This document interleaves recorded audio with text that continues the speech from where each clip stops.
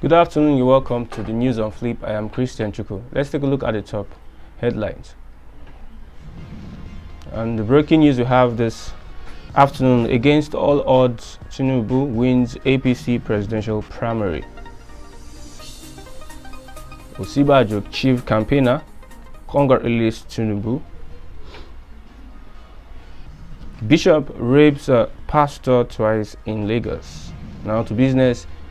Imports from China hits 183.91%. Sports. Eagles will rewrite history from Omar. Let's take a look at the news in detail. The national leader of the All Progressives Congress, Bola Tinubu, has emerged the winner of the APC's party's presidential primary. He obtained over 1,000 votes to defeat his closest rivals, ex-minister Rotimi Amaechi and Vice President Yemi Osibajo.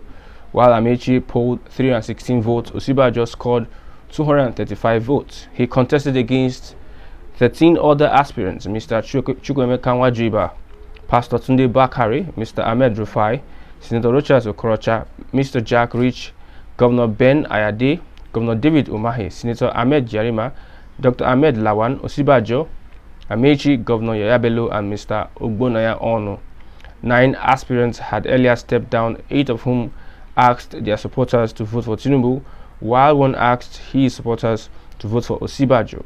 Those who stepped down before voting began are Governor Abubakar Badaru of Jigawa, Robert Borofis, Ken Namani, Ibikunle Amosun, Dimeji Bankole, Ekiti State Governor Kayode Fayemi, and Goswill Akpabio. They asked their supporters to vote for Tinubu, just as the only female aspirant, Mrs. Uju Ken Ohaneye, followed suit. Pastor Felix Nicholas, the United States of America-based aspirant, also stepped down and asked his supporters to vote for Osibajo. A candidate, Chukwuemeka Nwajiba, immediate past Minister of State for Education, was conspicuously absent at the convention.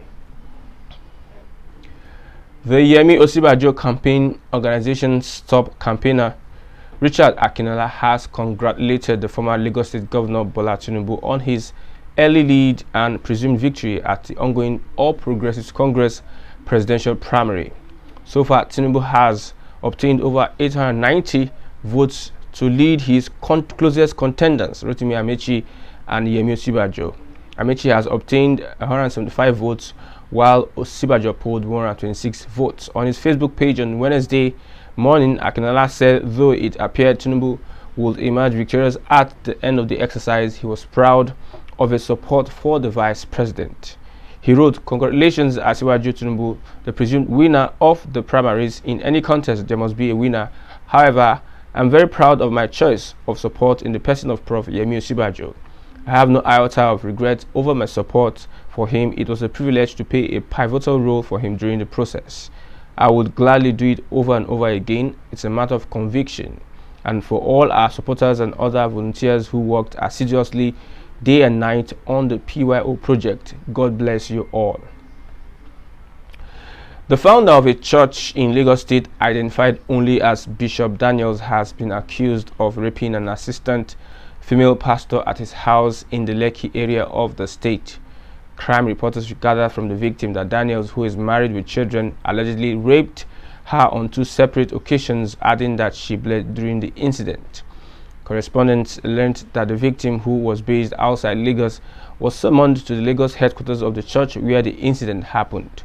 She said, "He wanted me to attend a meeting and the date clashed with my brother's wedding, so I didn't attend the meeting, and as punishment he ordered church members at my branch not to celebrate my birthday and instructed me to report to the church headquarters in Lagos for punishment. So I went to his house in Lekki for the punishment, and when I got there, he said I should strip naked because he wanted to beat me. He was alone at home. He saw that I was shocked at his statement and started making me feel guilty. He said his spiritual father tested him in many areas, and after hours of contemplating, he became angry that I disobeyed him. So I went into the guest room, took off my clothes and closed my eyes. As I came out to meet him, he told me not to close my eyes and ordered me to kneel as he sat on a chair. He saw my nakedness and said he wanted to test my loyalty and was not having sex with me. He told me to put my clothes back, and after wearing them, he told me to take them off again, and I did. He later told me to go and not tell anyone, but after leaving his place, I told some of our senior church members. The victim said she returned home, and after some time, Daniels called her to report at his residence over another incident. She said, so while at his house, he told me he would punish me for an offense and said I should transcribe the messages in one of his teachings. The next day, the pastor of the branch in Ibadan and his wife, whom I met at his residence the previous day, left, so I was alone in the house with Bishop Daniels. So while in the sitting room with him, he attempted to kiss me and I stopped him. Then he slapped me. He was angry and said the last time he told me to go naked, he didn't do anything to me. So he left and I went into the room to sleep. The incident happened around 10 p.m. I was dumbfounded. He told me to go inside the room to clean up myself, and before I returned, he had cleaned up the blood on the floor. He told me not to tell anyone, but I told the pastor in my church. The victim said Daniels did not allow her leave his house, adding that when he attempted raping her the following night, she pleaded with him that she was tired.